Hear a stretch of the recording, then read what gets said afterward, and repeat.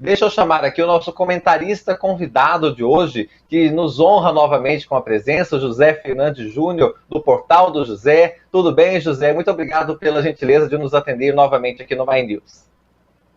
Obrigado, Afonso. Bom dia para todos vocês. Enfim, é muito legal aqui estar sempre com vocês. Pois é, José, você sabe que eu estava olhando a sua última participação e já faz bem mais de um mês, ou seja, a gente estava ansioso de te trazer aqui de volta. Eu disse para o José, acompanho sempre as lives que ele faz no Portal do José e queria pedir para você dar o caminho para quem não conhece, José. Como que faz para chegar então no seu canal? Olha, quando a gente dá uma busca no YouTube, é só colocar portal, já vai aparecer logo o do José entre os primeiros ali da plataforma.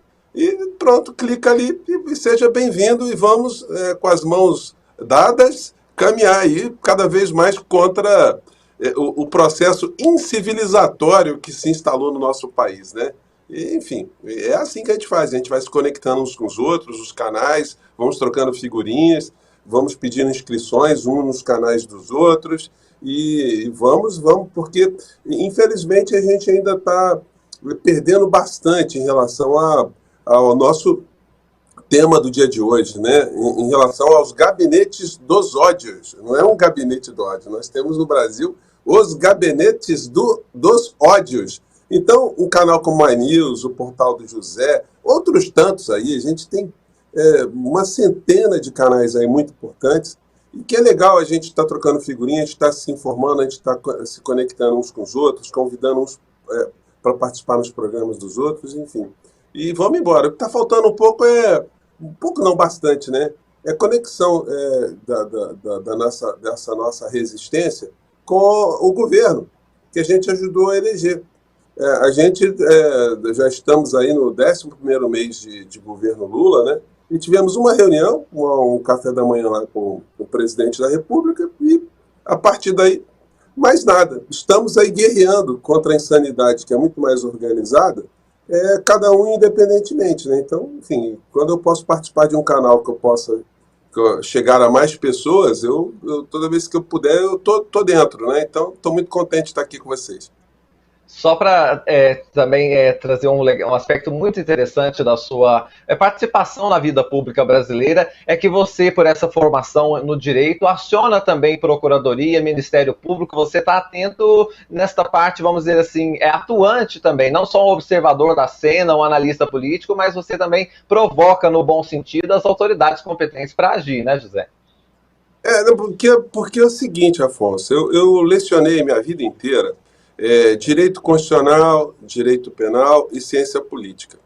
Então, na condição de professor, eu sempre tentei transmitir para os meus alunos um conceito participativo de cidadania, um ativismo diante das instituições que nós temos, o respeito à democracia, enfim. E toda vez que algum aluno meu se deparasse com alguma injustiça, que ele tivesse o ímpeto de agir de alguma maneira, né? Mesmo numa reles briga, discussão de trânsito, que ele pudesse intervir, né? Então, essa foi a minha vida inteira. Então, na condição de ter um canal aberto ao público, muitas vezes eu me deparando de situações assim, nesse governo, entre aspas, do Bolsonaro, situações que eu achava que alguém devia fazer alguma coisa e que eu não tinha notícia que alguém tinha feito, aí eu me sentia na obrigação de usar os instrumentos da democracia para acionar esses órgãos, independentemente deles se movimentarem ou não, porque no governo Bolsonaro, infelizmente, nós não tivemos instituição nenhuma funcionando como a democracia e a Constituição do nosso país determina. Por isso, minha luta permanente para que o presidente da República nomeie logo um procurador-geral da República para fazer aquilo que eu ensinei minha vida inteira para meus alunos. Porque a minha grande angústia é essa, né? Eu ter explicado durante mais de 20 anos como é que funciona, como é que deve funcionar a Constituição, qual foi o espírito do legislador, o espírito do constituinte, como as instituições têm responsabilidades para agirem entre algumas situações, as responsabilidades dos cargos mais altos da República, a responsabilidade do presidente da República, o processo de impeachment, enfim, eu dei aula a minha vida inteira. Aí quando chega no governo Bolsonaro, a gente vê nada funcionar, tudo funcionando ao contrário, o pior, funcionando a favor do criminoso, né? Então eu fiz 22 representações contra o Bolsonaro e alguns dos seus ministros, né? E mais algumas representações junto ao Tribunal de Contas da União. E continuo fazendo. Eu fiz a semana passada uma contra o Eduardo Bolsonaro por ter ido para a Argentina gastar dinheiro do público para fazer campanha eleitoral para atender os seus interesses particulares, os seus interesses políticos particulares, né? E não interesses da Câmara ou interesses institucionais. Então, vou fazendo o meu papel, sim, até no sentido de estimular também que outras pessoas façam a mesma coisa, né? Não, sem dúvida, isso é muito importante, porque aí você realmente faz uma documentação, tem um material para que as autoridades possam se movimentar. Deixa eu chamar o João Bosco Rabelo, que já está conosco nesta manhã de hoje. Bosco, muito bom dia para você, tudo bem? Bom dia, Afonso. Bom dia, José. Seja bem-vindo aqui. Bom dia à nossa audiência, que está aqui nos prestigiando. E que tenhamos um bom programa aqui, né? A presença do José já é uma garantia disso. É isso aí, estamos todos aqui para bem informar você. Deixa eu começar com o assunto da delação do Mauro Cid. A Paty tem até aí a ilustração desta reportagem do Aguirre Talento, o repórter do Portal UOL. Olha, foi uma apuração que ele fez, tá lá. Cid diz em delação que Carlos Bolsonaro é o comandante do gabinete do ódio. Foi uma matéria do fim de semana. Em mais um capítulo da sua delação premiada, assinada com a Polícia Federal, o tenente-coronel Mauro Cid afirmou que o vereador Carlos Bolsonaro, um dos filhos do ex-presidente Jair Bolsonaro, comandava o gabinete do ódio, grupo de assessores do Palácio do Planalto responsáveis por publicações em redes sociais que são investigados por suspeitas de ataques aos adversários e às instituições democráticas. Cid também vinculou o próprio Jair Bolsonaro diretamente à disseminação de notícias falsas, com ataques às urnas eletrônicas, confirmando as suspeitas detectadas pela PF após encontrar mensagens do então presidente enviadas ao celular do empresário Meyer Nigri. As informações foram confirmadas ao UOL por 3 fontes que acompanharam as tratativas do acordo. O caso está sob análise da equipe do subprocurador-geral da República, Carlos Frederico Santos. Em entrevistas na última semana, ele afirmou que Cid não apresentou provas dos seus relatos e disse que a Procuradoria-Geral da República sugeriu diligências à Polícia Federal para obter elementos de colaboração. Tem alguns detalhes ainda, olha. O gabinete do ódio era composto pelos assessores Tércio Anô Tomás, José Matheus Salles Gomes e Matheus Matos Diniz. A indicação deles para trabalhar no governo Bolsonaro era atribuída nos bastidores a Carlos. Tércio e José Matheus anteriormente foram assessores do gabinete de Carlos na Câmara do Rio.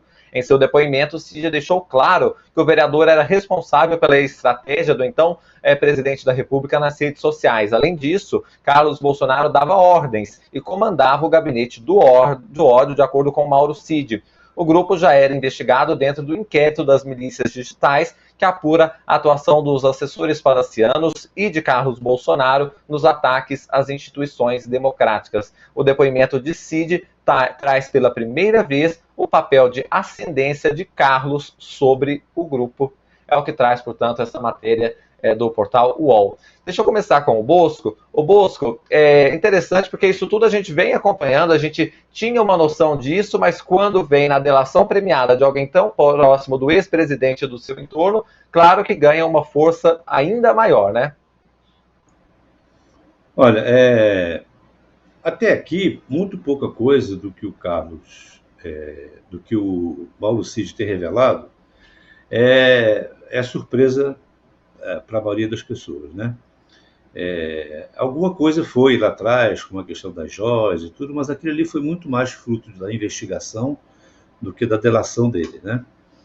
Da delação propriamente dita, pouca coisa a gente não conhece. Então, qual é a importância disso? Esses processos de longo prazo, quer dizer, essa investigação que necessariamente é longa, porque é complexa, etc., e tem que ser muito consistente, elas já acabam ganhando um ritmo de novela, né? E algumas coisas vão ficando, entrando na rotina das pessoas, e aquilo vai batendo no ouvido, vai ficando, o que já sabia disso e tal. Qual é a importância disso? A importância é que tudo que a gente sabia de uma apuração jornalística, ou de ouvir falar, ou de uma denúncia de um adversário político do governo de então. A importância que isso tem agora é que não podemos perder de vista que o Mauro Cid era o elemento mais próximo do ex-presidente da República. Pela função que exercia, já temos dito isso aqui, ele era mais íntimo, ele estava inclusive nos momentos mais íntimos do presidente, como é a função do ajudante de ordens. Está na casa do presidente da República, está no carro do presidente da República, está no avião com o presidente da República, enfim, está no trabalho com o presidente da República, e é um personagem, portanto, que participa intensamente de todos os momentos da rotina daquele a quem ele serve. Daí também o nome ajudante de ordens, ele cumpre as ordens que recebe. Muito bem, é esse elemento, é esse perfil, é esse cidadão que está agora sob compromisso judicial, contando aquilo que em muitos casos já sabemos, mas o valor é o fato de que ele é uma testemunha de excelência, uma testemunha vital para tirar qualquer aspecto fantasioso das versões que já chegaram a todos nós. É claro, tudo isso vai ter que ser corroborado com provas, né? Inclusive, o subprocurador Carlos Frederico tem se batido muito nessa tecla, aliás, com certo ar de campanha contra a PF. Né? Ali você percebe que tem um ruído, uma coisa não metabolizada, que é o fato da Polícia Federal ter recebido a licença para fazer a delação premiada. Isso desagradou o Ministério Público. E por que eu digo isso? Porque o Carlos Frederico, que merece todo o respeito, ele tem sido frequente, tem até indo numa postura que não é muito própria de uma autoridade no cargo dele, de comentar todos os dias um assunto que está sob seu exame, fazendo afirmações que precedem o curso das investigações, ou seja, precipitadas, está dizendo que não tem provas, que é uma delação fraca, que é uma delação que não mostrou nada ainda. E eu vejo nessa insistência dele diária em dar entrevistas com esse mesmo tom, uma certa tentativa de desqualificar o trabalho da Polícia Federal em função desse atrito que tem as duas instituições. É claro que precisa de provas, e esse é precisamente o estágio em que se está buscando as provas para corroborar a delação do Cid.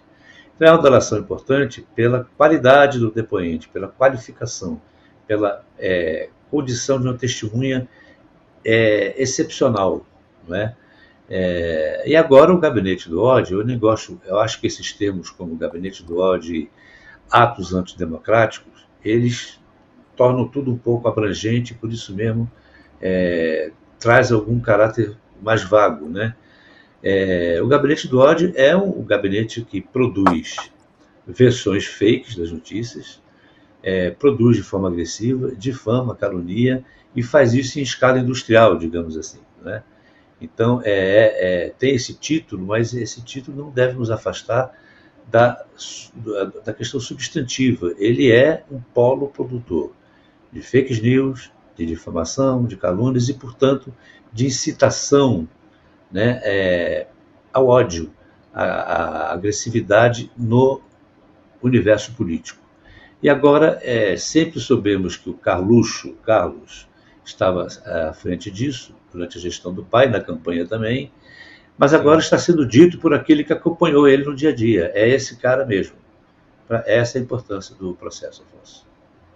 Pois José, eu queria te perguntar também, porque como a nossa audiência está aqui falando, zero surpresa de saber que o Carlos Bolsonaro comandava o gabinete do ódio, mas volta àquele ponto que a gente estava tratando. Isso sendo materializado numa delação e estando, por exemplo, na mão das autoridades, é muito mais difícil que elas não hajam tendo esse conjunto de informações. E no caso, por exemplo, de ter um conjunto probatório para isso, não é tão difícil assim, né? Se os investigadores forem a fundo, conseguem comprovar o que está sendo dito ali pelo Cid, né? A coisa passou meio que sem nenhum combate. o fato que nós não estamos lidando com um grupo de pessoas que está no debate político civilizado, que está utilizando regras. Não. A gente está diante de uma verdadeira ORCRIM. Um ORCRIM com núcleo central, né, orgânico, mas que, assim como qualquer tipo de movimento criminoso, reúne uma série de simpatizantes, uma série de colaboradores que vão replicando, né, o que o núcleo central faz. Esse núcleo é o verdadeiro partido político do mal, né, se a gente puder classificar assim. Porque eles tiveram, inclusive, durante os últimos anos, muita liberdade para fazer tudo o que fizeram, porque nós não tivemos um órgão acusador, a Procuradoria-Geral da República, inspirando ações contra esse tipo de comportamento criminoso. E agora, inclusive, no governo Lula, eu já comentei algumas vezes, já mandei, inclusive, o WhatsApp lá para o Paulo Pimenta, no sentido de se criar uma estrutura jurídica no âmbito governamental para reagir a uma série de ataques à presidência da República. Porque essa gente do mundo cão, eles se acostumaram a fazer críticas ao presidente da República ao tempo que ele não tinha mandato. Ele ficou preso, ficou sem mandato, ele não tinha imunidade nenhuma. Então se atacava a pessoa física de Lula. Só que agora o Lula, ele é presidente da República, então ele tem a representação institucional do chefe da nação. Então o ataque à honra, o ataque com mentiras, o ataque criminoso, não pode ficar sem resposta.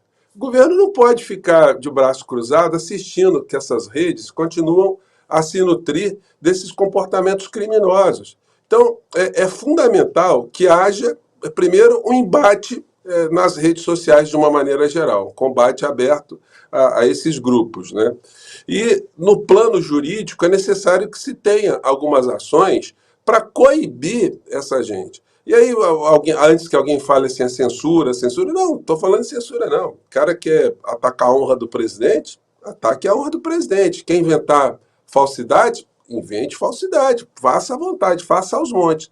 Só que é o seguinte, responda criminalmente e responda civilmente. Então, é isso. O cara publicou uma mentira, uma loucura absoluta. Por exemplo, tem um cara na rede bolsonarista aí, o cara tem programas diários que são assistidos por mais de 150 mil pessoas. Ele tem uma visualização no programa de manhã cedo, 150 mil pessoas. Depois tem um programa mais à tarde, 150 mil pessoas. Ou os mesmos 150 inscritos lá no canal dele, né?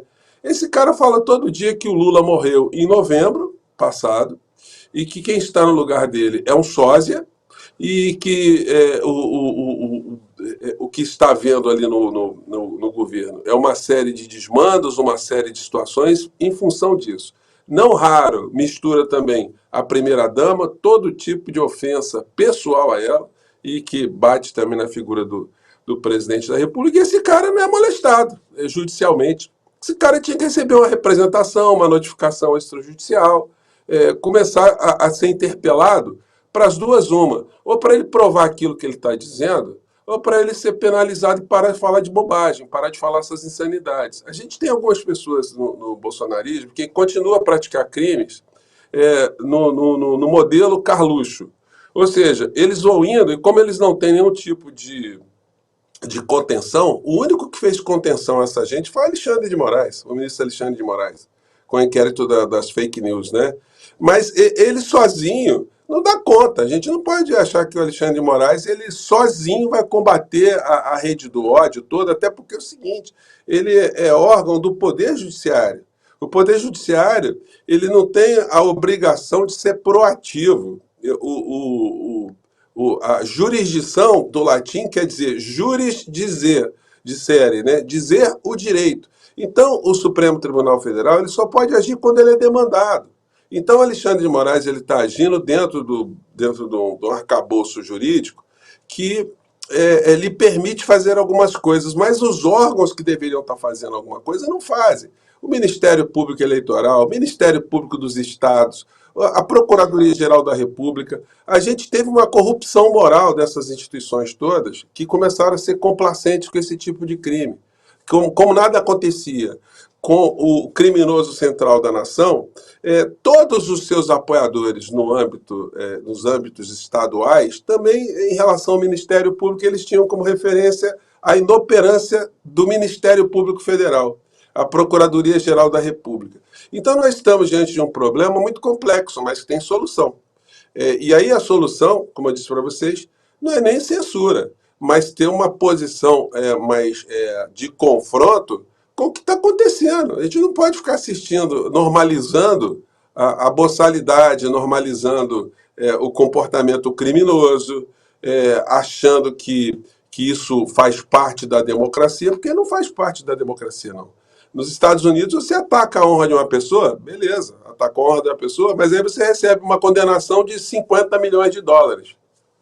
Então, aqui no Brasil não, até no campo das indenizações, a gente tem uma limitação muito complicada, porque no âmbito do juizado especial criminal e no âmbito do juizado especial civil, as ações não podem ultrapassar 40 salários mínimos. Então, o máximo que alguém pode ser demandado é 40 salários mínimos, é muito raro. E no Superior Tribunal de Justiça, há quase que um tabelamento de dano moral.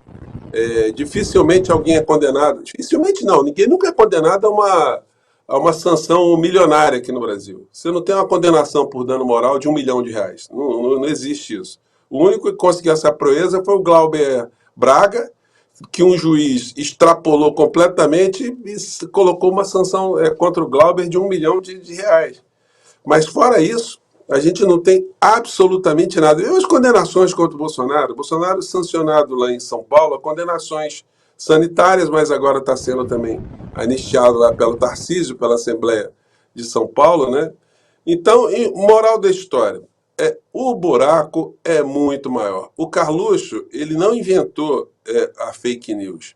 Ele não inventou o sistema. Ele trouxe um sistema que funcionou muito bem nos Estados Unidos, lá com a turma do Steve Bannon, e toda a metodologia foi transportada aqui para o Brasil. Nós tivemos muitas dificuldades para entender o que estava acontecendo, porque toda a nossa análise das pessoas do mundo do direito, do mundo do jornalismo, do mundo da política, a nossa leitura é que jamais alguém faria uma coisa tão imunda, tão insana. Quem faria divulgação, quem produziria situações criminosas em larga escala para ser colocada pela internet? Então a gente achava que isso não era uma coisa muito provável, porque se alguém fizesse isso, era fácil, era só você entrar na justiça, era só você reclamar com as plataformas, que o cara saia do ar, enfim. Mas aí a gente viu que no governo Bolsonaro nada disso aconteceu. O crime graçou abertamente, e nós até hoje temos dificuldades de enfrentar essas pessoas, porque você está entrando numa luta de boxe, onde há um conjunto de regras, e o teu adversário está te dando cuspida no olho, está mordendo a sua orelha, está dando chute nas partes baixas, né? Então, é uma questão que tem que ser combatida também cientificamente. Isso tem que ser estudado, como reagir a essa doença grave que se espalhou no nosso país através desse tipo de núcleo central e que cada vez fica mais difícil combater se não tiver um enfrentamento forte, um enfrentamento propositivo, né? É como eu penso.